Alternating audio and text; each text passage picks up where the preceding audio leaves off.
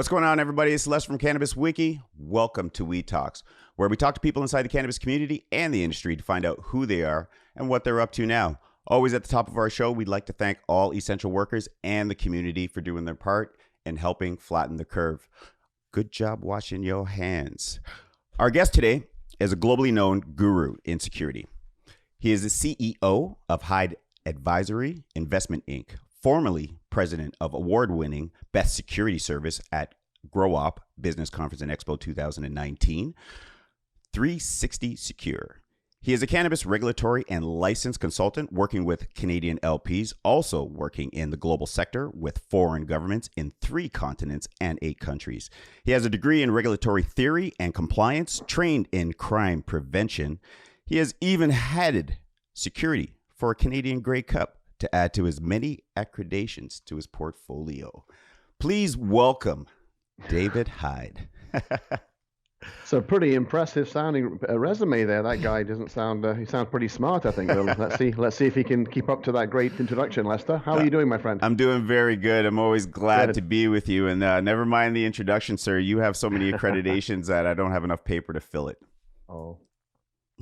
Well, I'm looking forward to chatting with you. It's been a while, and this is going to be great. I've been excited to have a chat with you today. Yeah, me too. I love your vibe. I've always loved your vibe from the very first time we met at O Cannabis in early 2019. So tell me, how has COVID been for yourself, your family, and friends? Yeah, and that's a great start, my friend. Thank you. And of course, that's the top of mind. You know, health, safety, family has got to be priority. All of my family are really well, thank you. I've been isolating and been distancing and doing our thing. You know, same thing with our clients, and a lot of help. I've been helping our clients with kind of COVID-related thinking, strategizing, planning, thinking about how to staff a little differently, disruption to services from their contractors. HR policies and linking up clients with really the right people to help them get their heads around some of the challenges that we're facing right now. So it's been a very busy period for me, consulting wise, but probably a good 10-15% of my time has been spent on kind of COVID related supports and guidance and assistance to clients and close family and friends. Yeah, so some hardcore maneuvering through this quarantine for sure. So with our time today, what we'd like to discuss, definitely life after 360. We'd like to get into what's going on with the cannabis industry currently and where you see it going.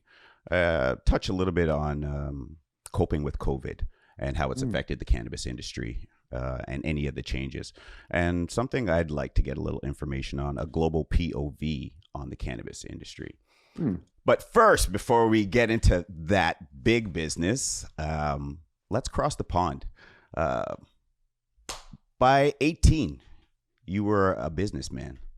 So it makes me curious, what the heck were you up to by 14 if you were a businessman by 18 years old? Yeah, look, you know, I left school in the UK at 16. You know, I got O levels and different things over there. It's a little different than it is here. And I was my family's entrepreneurial. My granny owned the corner shop during the war kind of thing, and all the way through my family's been very entrepreneurial. So I started a removals and storage company. It's called Moving and Storage here in Canada with a mate from school. We were both 18. We started this business. We won some awards. I think National Young Entrepreneur of the Year in the UK back in the, I'll just say the 80s at some point. Won't date myself there too badly. Later in the 80s, by the way. Just, right. You notice I didn't call any numbers. I left it in your hands. You're very diplomatic, my friend. You're always classy. Always classy. So yeah, so we started that company, and I spent 4 years in the UK working in that business. And the UK really went to a very difficult economic place. I'm lucky my mom was born in Canada. I've got Canadian connections and roots. So I was fortunate to be able to emigrate over here when I was 22 and really haven't looked back. Canada's been amazing to me. It's been the best thing I've ever done. I came over here on my own with a suitcase and lots of ambition, and got a pretty good life for myself going, a lovely family, friends, and a great life. So I'm very appreciative of what Canada's been for me and done for me and my family. So at that early age, so back in high school, was cannabis a prevalent thing then? For me personally, not so much. I mean, obviously, it was prevalent in terms of social fabric. Hmm. I was not really a heavy cannabis user, at that time in my life. Hmm. We were going through some health issues at home. I lost my dad when I was 16, I'm so sorry to that hear that. was a monumental kind of piece that kind of fell into that in my teens that kind of shaped part of my early adulthood, and I kind of felt that responsibility to be there for my mom and my sister, and really kind of be the kind of head of the family, if you will, from a fairly early age. Right. So cannabis didn't feature too heavily into my life then. And funnily enough, Lester, I tell this story sometimes. I got into the security industry when I came to Canada, 22, and I kind of went into this new field. And my experience with cannabis in those early days was, smelling marijuana in the stairwell, and getting called down there on the radio to figure out, well, hold on, why is this happening? And it was almost, we were there to kind of figure out or enforce, if you will, not allowing the odor of cannabis to maybe impress upon people in a mall or people in a parking lot that might not want to have that smell. So that was kind of how my first impression of cannabis. And it's only been since around 2010, frankly, Hmm. that I started to really understand and see the benefits of cannabis, the medicinal qualities of cannabis, through a few friends and people that have been using cannabis recreationally. And then 2013, I think, as we've discussed before, my friend, was when I really got into the kind of regulated aspects. As the new federal regs came in, I devoted myself to really understanding what that was all about, Hmm. and how I could hopefully help clients to navigate the regulatory path so they could get into the legal market and understand how to make this into a business. All the great growers from the past, the people that have really built this industry and built what cannabis is and the value medicinally of the plant, I think those people at the beginning were often felt to be like not invited to the party, not Right. and I've always had a problem with that. And I've always tried my best to kind of advocate for the originals in the industry. Hmm. I know quite a few people that would meet that description. I'm very proud to. Hmm. And I think I'm so pleased to see, even recently now, we're seeing people security cleared that a few years ago we might have never thought would have been able to enter the legal industry. And I'm very excited about, especially the craft side of the industry, and what's going to happen there with some of the originals from activists and growers Right. and people that really were the forebears of what we stand on today. Right, which is a huge thing. I definitely want to see that too. Also, so tell me, the Grey Cup. What was Yeah. that like? What the heck was that like? Heading security for a Canadian Grey Cup. Yeah, look, that was 1995. Hmm. So I was, at the time, I was head of security for the local mall in Regina, Saskatchewan. That's where I was living at the time. Hmm. I was also a bouncer at the local bar, and I was just doing like working three jobs, right, as you do to kind of make things work. Right. And the Grey Cup, I was working for the local mall, and the mayor and a few dignitaries who I was dealing with through the mall came to me and said, "We've got the Grey Cup coming to Regina. It's a very big deal. The whole country is going to be looking. The prime minister is going to be here. The whole kind of thing. You're the top security guy in the city in terms of what you're doing right now. Will you come across and manage the security operation?" Right. And I was delighted and honored to do it. So I set up a team of 270 staff, Damn. including auxiliary RCMP members, etc. We had a tie into the police. There was a inspector that ran the police side of the house. Hmm. Obviously, with the prime minister being there and people, there was RCMP and special types of protection for dignitaries. And we organized a really good event. It was very well planned. It was actually the first year that in kind of since the 70s where the pitch wasn't invaded with people when the game was over, and we were able to create, the security did a cordon Right. to allow the Grey Cup to actually be awarded on the field. So it's a little quirky thing. I'm kind of proud of it. That's It's not kind of quirky. thing That's that actually security. huge. It's the things that people don't think about, but that's one of the attributes to what you do. The fact that Yeah. something went on flawlessly. Yeah, look, I mean, it's obviously there's always been a good luck in there, but planning was certainly in there too. I mean, I think sometimes security comes together quick and it's not very well planned, and that's when things can go wrong. Hmm. So we put a lot of time and effort training, doing drills, running through what might happen.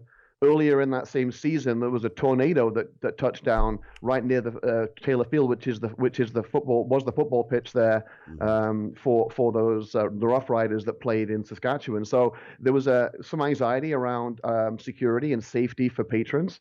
So we put a lot of time in, and it was very successful. I got kind of letters from the mayor and from the CFL and other kind of groups. So yeah, I was very fortunate to have been involved. That was one of the highlights of my security career that kind of brought me forward. And I really ended my security career around 2010. My corporate career. I worked for a company called Cadillac Fairview for 20 years, and I was their global director of security. With about 650 security staff and maybe 40 managers that were in my team. And after that, that's when I started consulting and then came into the cannabis sector to do that work that I'm doing now. Right. So as you're climbing up the ladder, your experience and knowledge is just growing and growing and growing. So I got to ask this, Canadian football, American football, or European football? What's your favorite? Well, I'm always going to be a fan of the footy, and in my parlance, football is the European version. So I'm a big fan Premier League football. I love the European scene. Okay. So yeah, I'm definitely into that. Who's your team? Who's your team? Who's your team?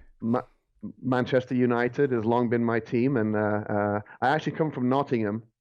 So in my youth, Nottingham Forest was a team that I followed, and they did very well under Brian Clough in the early days. But I've always had an affinity for Man U. They had that terrible airplane crash back in the 50s, and they lost kind of half the team and things. So right. I've had an affinity for that team for a long time. So Man U's my team, and that's definitely a focus for me there. But in terms of the football side, American football, of course, is big, juggernaut, and it's all this and that. But I like the Canadian game. There's a lot of things I like about it. I'm a big supporter of it. I go to watch the Argonauts play and the Ticats and things when I can, and obviously, we're looking to get, if that's what's going to happen this coming season, but I'm going to lean Canadian football, even though maybe it's not quite as big stage as the NFL, of course. I love it. I love it. So, a lot's gone on. And like you said, you put 20 years down with the company, fine-tuning how security should be. When we first met, it was in 2019 at O'Cannabis. And you were this charismatic gentleman with this big company. Tell us a little bit about 360 and where things are now. Yeah, sure. So look, I started my consultancy in 2010. 2013, I really got into the cannabis sector. It really came to me. A few of the early LPs that I worked with, I was lucky to get an opportunity to get in at the ground level before the regulations came out. I really studied it, got my head around it, and I wanted to really be the expert. I wanted to be the top guy, if you will. So, and that was at the time in security. So I mastered that, I kind of moved down the track, and I was aware of 360. They were a company that had got into the secure transportation route, doing the security guards, and had got a great name for themselves. The founders, JCF2 from the Special Forces, in Canada, good military paradigm. So to me, when investors came in and kind of shopped to me and the CEO, Thomas, of 360, what if you guys amalgamated? What if we brought the best of, consulting and advisory and understanding the Health Canada regulations and communicating with Health Canada a lot and kind of gaining and gleaning from those communications and helping clients. And then 360 has the more tactile services, the boots on the ground stuff, the guarding and the things that the industry needs, and right. Together it would be a really strong and potent force. And I bought that, and it made sense to me and made sense to the people around me. So that came together. I was president of 360 for around about 9 or 10 months. It's a good company. There's right now 600 and some employees. They just announced a major contract with a major bank in Canada. So I'm a big supporter of the company. But I left the company after about 10 months. Being president of a public company is a little different than my experiences before. It certainly is a little restricting in terms of what you can kind of do and say. Right. I don't really like feeling that way. I'm very much someone that wears my kind of heart and puts my mouth, if you will, on my shirt sleeve. I'm a little outspoken sometimes. I like to tell it the way it is and right. Tell my clients sometimes what they don't want to hear. So I found that just for me, I wasn't able to be who I wanted to be if I stayed as a president of a public company and just without coming back to my roots. And my roots were getting into the cannabis industry when it first started on the federally legal side and trying to understand the secret sauce of what people would need to know to navigate their way through it. That's where I started in 2012, 2013. And I spent tons of my own personal time researching and learning and trying to get myself into the right lane. So when I left 360, I took 2 or 3 months to really sit down and figure out, how do I get back to my roots? How am I going to then, become someone that in 2020, late 2019, then 2020, I can help people, whether it's smaller operators, craft operators, larger companies, whomever it might be. Mm-hmm. I want to help them to navigate the trickiness of the cannabis sector now, because it's changed, it's evolved, and some things have loosened a little bit, some things have tightened a little bit, but the navigation path is very challenging, right? And we've seen some of those struggles unfold. So my objective of leaving 360 was, I had 10 good months there. I think I did some good work there. Got some great work streams going. I put myself into the company, but then moving away, I'm still a large investor. I'm still a fan of the company. I talked to Thomas, hold the company in high regard, but it was time for me to look myself in the eye and say, I'm in my early 50s. I want to be able to really go down my own path and get back to what I started. And I've done that now, and I'm happy to and excited to talk about some of the things that we've been doing more recently. Which is what I like. I believe from our first encounter, I could feel the passion of what you do, how serious you are about exactly what you do and what you plan to provide for your customers, your clients. I seen in the time from meeting you back in Cannabis and to Grow Up, you brought that company to an award-winning best security company, 360. So let's talk about the cannabis industry. So now that you've moved, we have Hyde Advisory and Investment. Let's talk about that. Yeah, I mean, I like I said, when I left 360, I took a couple of months, 2, 3 months, to really just sit and marinate in what I'd been through. I reached out to some of the people in the industry that have also been down the path. I've reached out to some people in other industries that wanted to know about cannabis industry and when they might get in and what might be the right investment path for them. So I was able to really this is like October of last year. So I really took until Christmas to just get my head around where things were, the order of things, if you will, both in Canada, in the US, and globally when it came to the cannabis industry. And then I started Hyde Advisory. I got reach outs from some connections, old clients that wanted me to help them. And primarily it was globally focused. I decided to stay out of the Canadian picture a little bit out of respect for 360. And I just left them, and I didn't think it would be, overly appropriate for me to be out kind of, pounding the pavement, so to speak, with Canadian clients, many of whom were with 360 as well. So I decided to just cool my jets on the Canadian side a little and gather information, but not do too much work there, work on the global side. So I was advising a few governments. I was working on regulatory side of the house, informing them on what we learned from Canada, what Canada did well, which definitely were some positives, but also where Canada struggled and where it has struggled over the years, and how they can avoid some of those pitfalls as they look to bring up medical cannabis regulatory regimes in some of these emerging countries. So I was able to do a bit of work in Europe. I was able to do some work in the Caribbean. I was able to talk to a couple of US states that were bringing out new regs.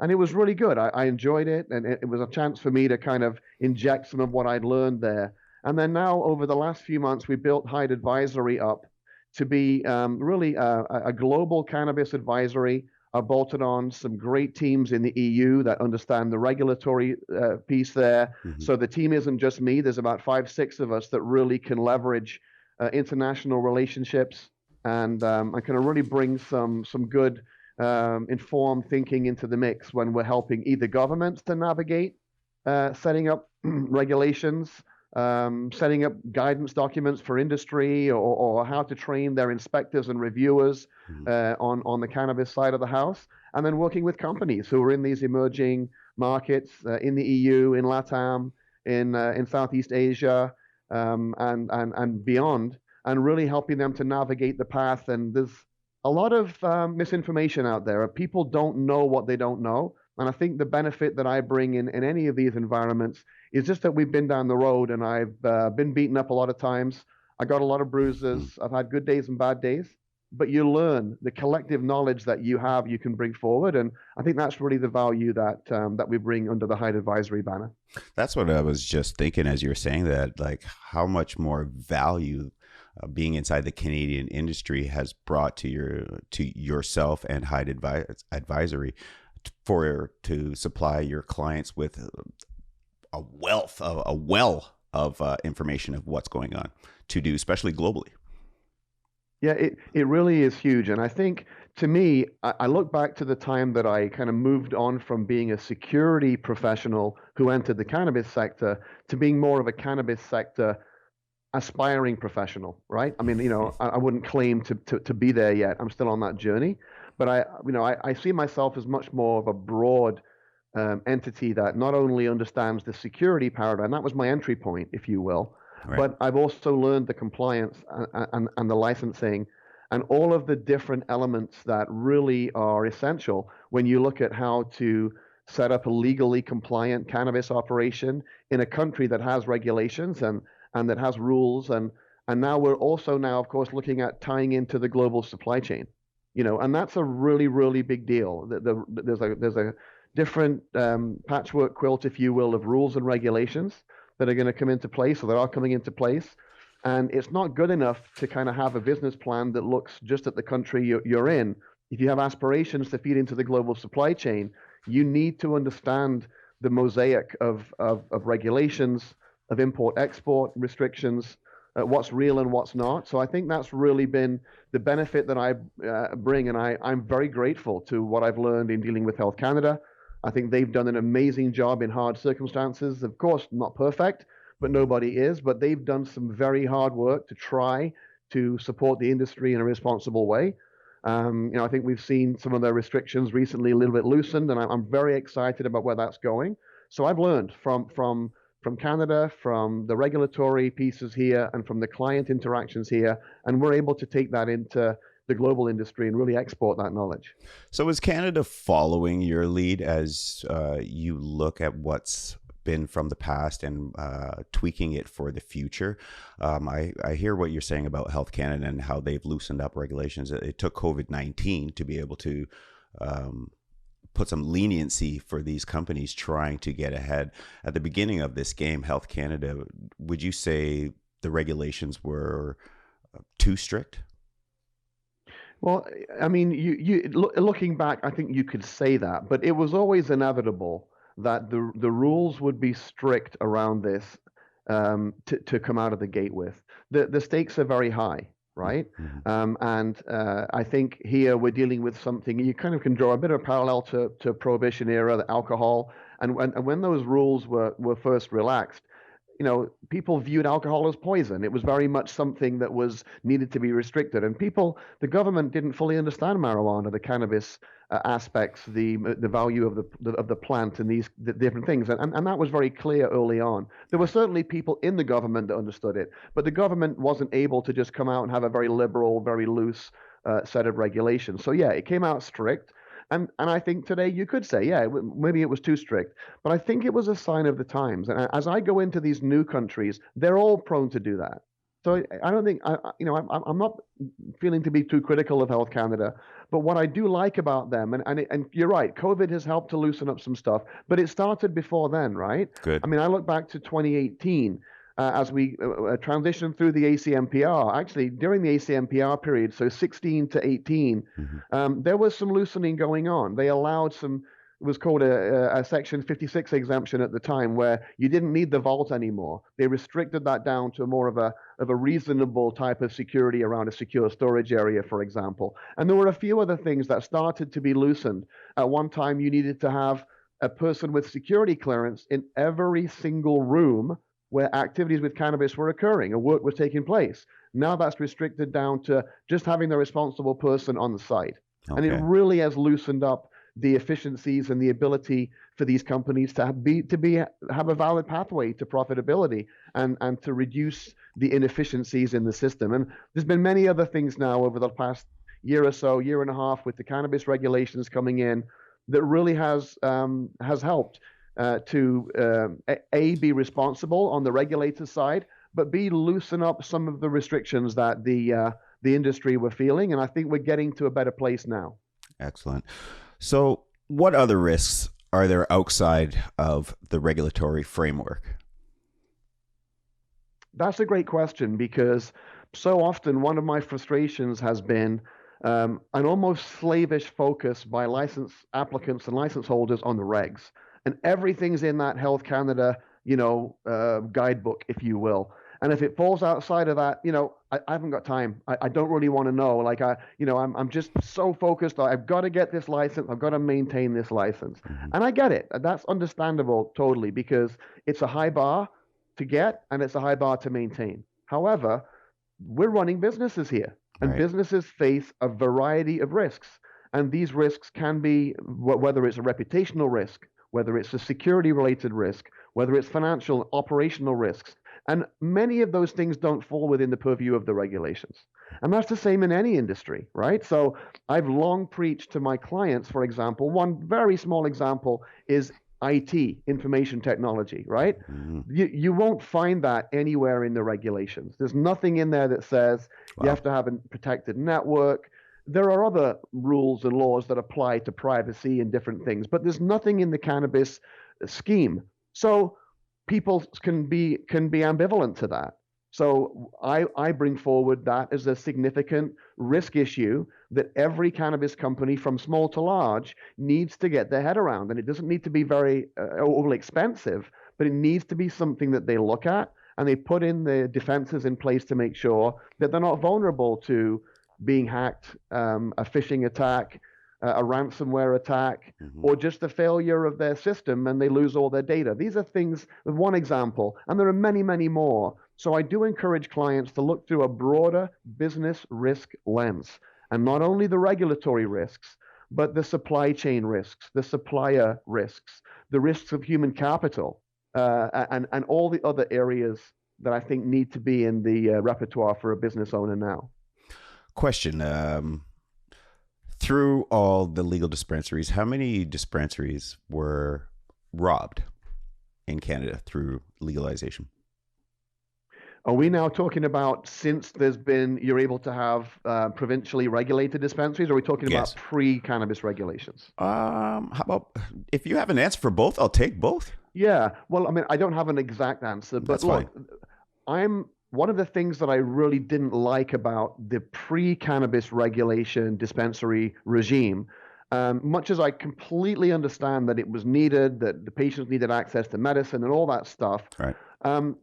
One of the issues was, because it was underground to a degree, if there was a robbery, it wasn't reported sometimes. If there was internal theft, it wasn't reported. So I think there was a huge underreporting of some of the crime that has taken place in those in the dispensary side of the house. But we did see reports of robberies. There were unfortunate shootings and even some deaths in dispensaries in and around, criminals trying to access the cash or the product.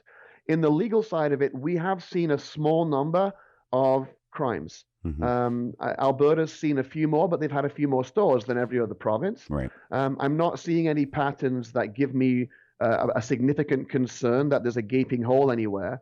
But I'll tell you, the regulations provincially aren't overly prescriptive around security. They do, again, it's similar to the early Health Canada, very focused on physicality and on technology, but not very focused on procedures and personnel.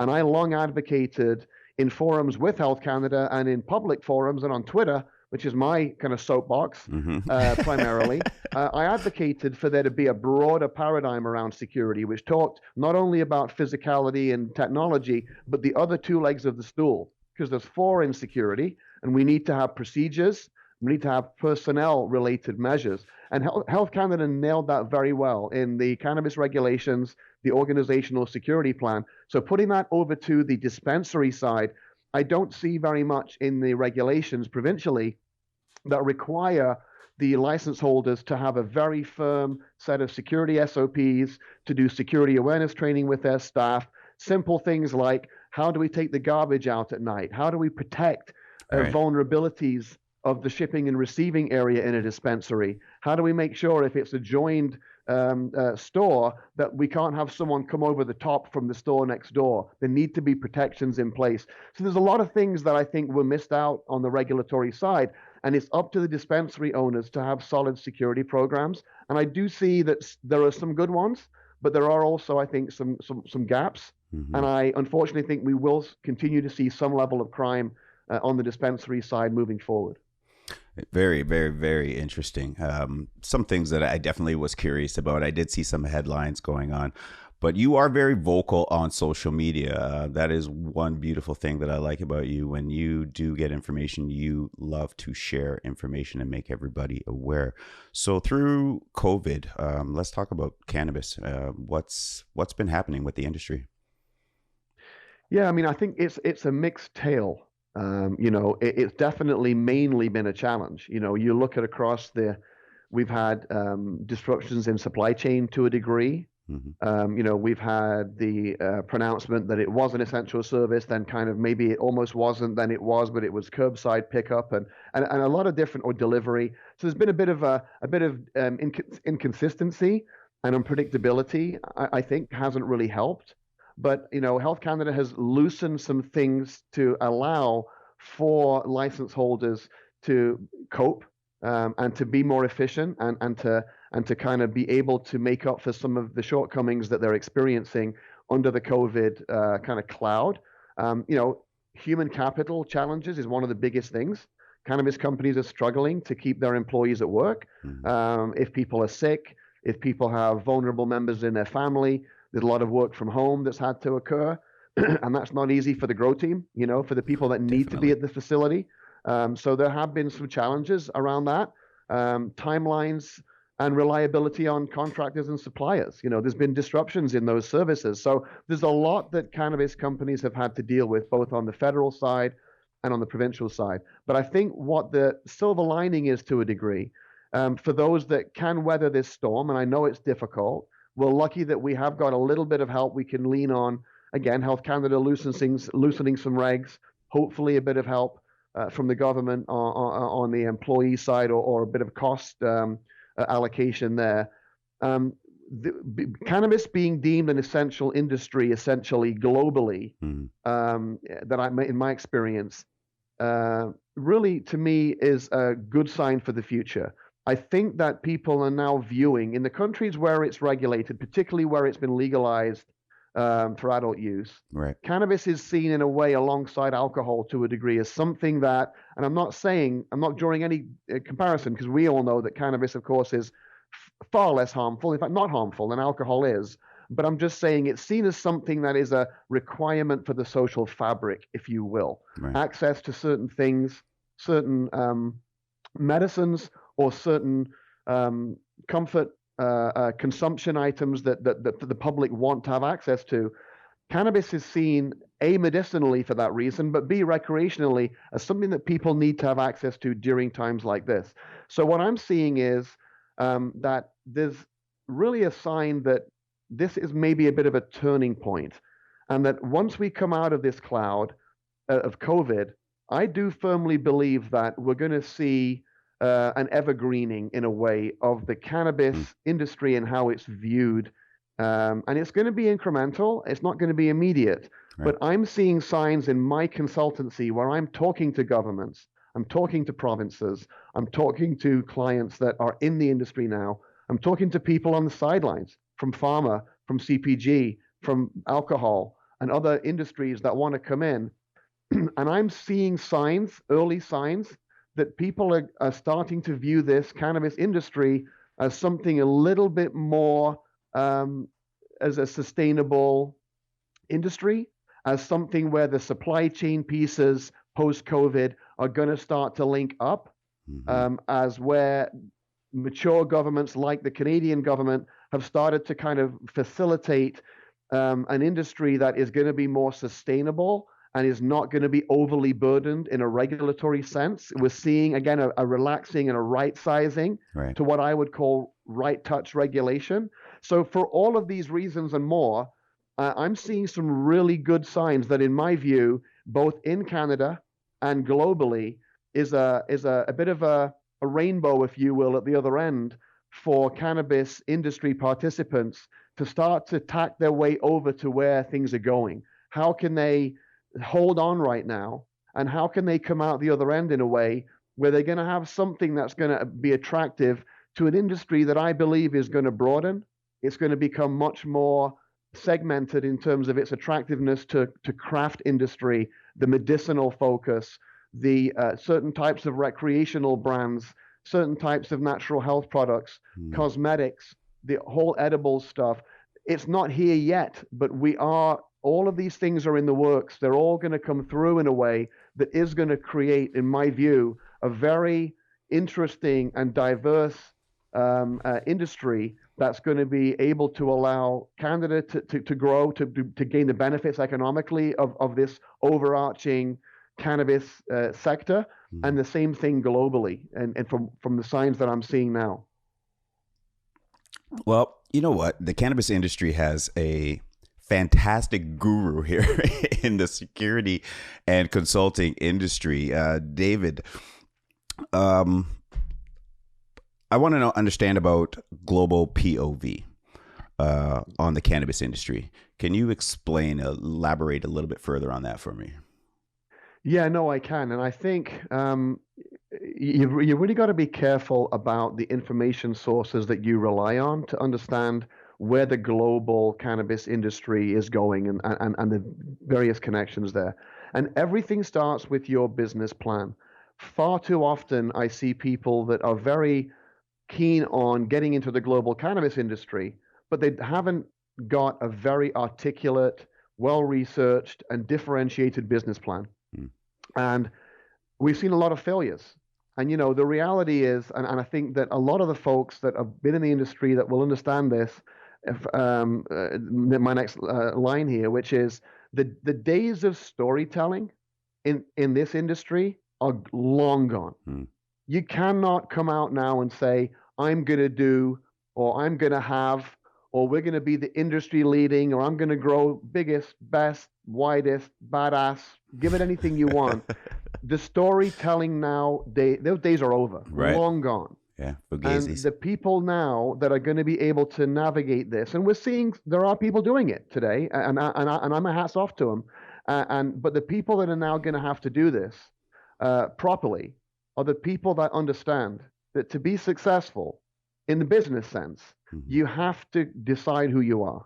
You have to have a business plan that differentiates your platform from other offerings.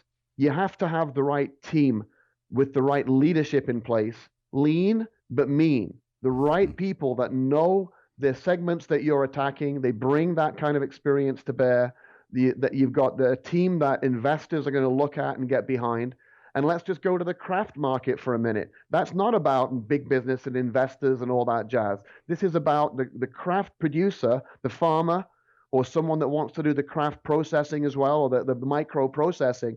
These folks, in exactly the same vein, they need to have very cogent eye on how they want to differentiate, what they want to do, who they want to be, and how they're going to market that, brand that, and position that into a marketplace that's going to become more crowded and going to be full of more discerning buyers. And that, I think, to me, is where it all starts. So on the global side of the house, what we've seen is a lot of promises, a lot of billion market here and this, not there, but the regulations haven't kept pace with the aspirations of the people that want to get into these markets. So what you have is a lot of countries where you have local licenses that really you can't do that much with in some cases.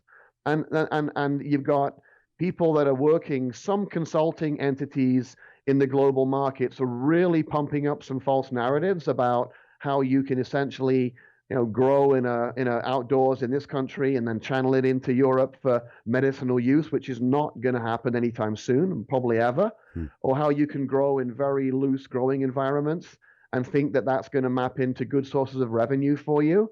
So there's a lot of pipe dreams out there and a lot of misinformation, and it really frustrates me. And so what I'm part of my journey in going through this, and a lot of this stuff is unpaid. I don't charge for phone calls for half an hour with people to talk about the lay of the land. A lot of what I'm doing is talking to people and giving them a bit of a reality check and saying, look, there's huge opportunity in the global market, but we need to pick who you are, what you want to do, where you want to be, what are the regulations there? Is it a domestic market? Is it an export market? What standards do we need? What human capital do we need? What expertise do we need? And what do we have to navigate the regulations? And I'll end on this this long piece with not a problem. On the I'm loving it. On the regulatory side, I think it's so critical that people have an understanding of the regulations. And I'll say this broadly, and it's not. I understand the regulations very well, but I'm not a lawyer. And there are people out there that have a more nuanced understanding of aspects and legalities of the regulations. So I'm not the be-all, end-all, but I know the Canadian regs very deeply, and many other countries now that as I'm navigating. Mm-hmm. And it is an absence of a deep understanding of the regulations that will stunt the growth and the potential for many cannabis companies. And I'll tell you, I'll go even further. When I look at the Canadian market right now and the LPs that are getting more things right than they're getting wrong, and there's a common theme there. And the vast majority of the folks that are doing it the best or the best in a difficult environment are the ones that have a real keen eye on the regulations, and they understand how to navigate and just come up to that point where you're on the very edge of compliance. I am not advocating to push the boat out, to not comply, or to have crazy ass interpretations of the regs. I'm not saying that. But I'm saying the regulations are to be interpreted. It's not a Bible that says you can only have 3 of these and 1 of these. It's an interpretational text. And you got to look at that, and with advisors that understand, and some of these LPs have advisors in-house. That's great. You should. Larger entities should. But the smaller guys may need to come for help to folks and buy an hour of someone's time. It's not a big cost. It's actually very inexpensive to get a rendering of the key areas that are going to allow you to be a little leaner, a little nimbler, to do a few things that maybe you heard over here that you shouldn't do that, but actually you can do certain things in different ways. You can destroy cannabis in things apart from kitty litter. Right. Which was the biggest rumor for the longest time. You don't have to have a fence around your facility. There are ways to navigate so many different aspects, but it's an understanding of the regulations in all these global markets that I believe is the key to take some of the shackles off and really optimize your path to success. David, this is why I opened up calling you the guru. The vast information that you have. And the way that you share it, I love the compassion you have for what you do. I always love to sit and talk with you, and I'm blessed. I'm blessed to sit with you and everybody here that's tuning in. I really, really hope they take their time and reach out to you, because even just to reinforce what they're doing, the path that they're on, this knowledge that you're giving out is iron solid. That's really kind, my friend. It's always a huge pleasure to speak with you. We've had a great dynamic kind of media type relationship since we had our first podcast, back at that first conference, and I've really enjoyed. You ask great questions, and I think really you do a service to the people watching and listening, because I really think that there's a lot of information out there. I'm not saying that everything I say is gospel. I mean, I do my best to kind of lay out what I believe is the right path and the right information. Right. But I think, unfortunately, in this, there isn't a proven pathway. There's nothing that's sitting there it's not a 30-year-old industry. It's new. And there are so many new things and novel things that come up. So I really applaud you for being someone that kind of asks the questions to get into the areas that I think people need to know. And sometimes at these conferences, we're not talking about, some of the items that are important. Sometimes in the discussions that I'm hearing in the industry or even on Twitter, we're not getting into some of these areas, and I think we need to. And people really need to know in this industry and space what they're up against, how to best arm themselves for success. And there's a lot of information out there, and I have many colleagues that I work with in other companies too that I'm proud to call colleagues and friends and associates. And we spend a fair amount of our time talking to people. And it's not all about business, and it's not all about winning contracts. I had a call with Niagara College yesterday. I love those guys. They're a very cool institutional group, educational institution that is really training some of the best people in this industry right now.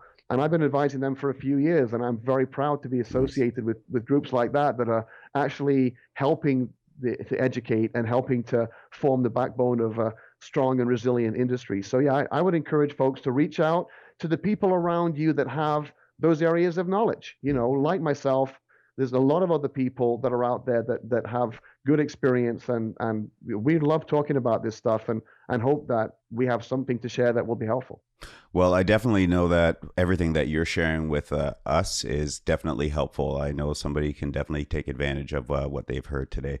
David, I appreciate you taking the time. I appreciate you sharing the information. I'm sure everybody out there listening that is curious and wondering about what security and consulting is out there. Well, you need to see Hyde and Associates.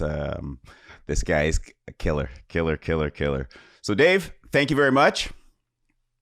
It's very kind, my friend. Always a pleasure to talk to you, and all the best to everyone. Cheers now. Thank you. All right. Thanks. Bye-bye. Bye-bye.